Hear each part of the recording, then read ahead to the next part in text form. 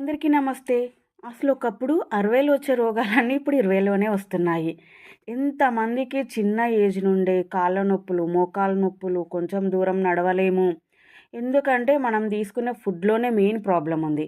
ఇక దవాఖానకు పోయినామంటే డాక్టర్ ఒక్కటే చెప్తాడు కాళ్ళ నొప్పులు, కీళ్ళ నొప్పులు అంటే, "అమ్మ మీరు పాయ షోరవ తాగండి, పాయ సూప్ తాగండి, మటన్ తినండి" అని. కానీ మనము అవును ఇది ఎక్కువ పిరముంటది. కానీ ఆ డాక్టర్‌లకు పెట్టే పైసలేదో నెలకొక్కసారైనా మనం ఇట్లాంటి ఫుడ్ మీద పెడితే మన హెల్త్ మంచిగుంటది. వాళ్ళకి ఆ మందులు, ఆ గోళీలన్నీ యేసుకునే బదులు ఇట్లాంటిదైతే మంచిగా హెల్తీ ఫుడ్ తీసుకోవచ్చు గదా! మన పానం మంచిగుంటది, పైసలు తక్కువైతాయి. నెలకొకసారే గదా! ఇన్నన్ని మందులు వాడాల్సిన మెయిన్ ఆ గోళీలు వాడాలంటే పానం మీదికొస్తది. అట్లాంటప్పుడు ఎందుకొచ్చింది? హ్యాపీగా మనం ఇంట్లోనే యేసుకుంటే ఇంట్లో అందరం తినొచ్చు గదా! ఆ పైసలకు పెట్టే ఆ డాక్టర్‌కి పెట్టే ఖర్చంతా.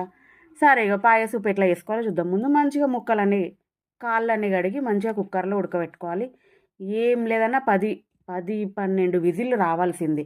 అట్లయితేనే సూపర్ ఉడుకుతది. మంచిగొస్తది. ఇగ మనం ఉడకబెట్టేటప్పుడు కొన్ని నీళ్లు పోసేసి దాంట్లోనే ఇంతంత కొంచెం కొత్తిమీర, కొంచెం పుదీనా యేసుకొని, కొంచెం ఉప్పేసుకొని, కొంచెం పసుపేసి ఉడికించుకోవాలి.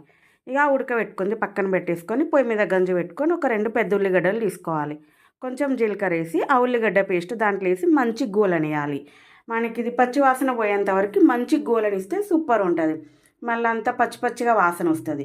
ఉల్లిగడ్డ మంచిగా గోలినాక 2, 3 పచ్చిమిరపకాయలేసి, కొంచెం అల్లం పేస్టేయాలి. మళ్ళీ ఇదంతా మంచిగా గోలనియాలి. కొంచెం నూనె తేలేంత వరకి.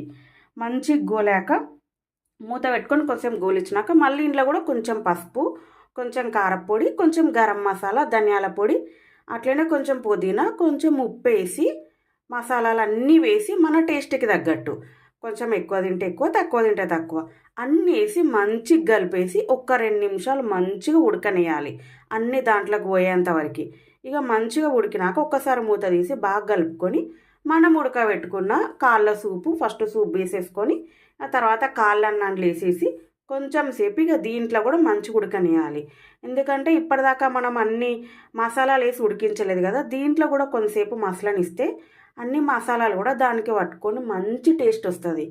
సూపర్ ఉంటది ఇక. ఇక ఇట్లా ఉడికేటప్పుడే మనకి స్మెల్ తెలుస్తా ఉంటది. ఎంత మంచిగుంటదో అసలు. పొయ్యి మీద ఉన్నప్పుడే ఇక మస్తు తాగబుద్ధి అయితది. అంత సూపర్ ఉంటది. ఇక ఇట్లా ఉడికేటప్పుడే ఒకసారి ఉప్పు, కారం చూసుకోవాలి. ఏమన్నా గింతంత పడితే గింతంత వేసుకుంటే సరిపోతది.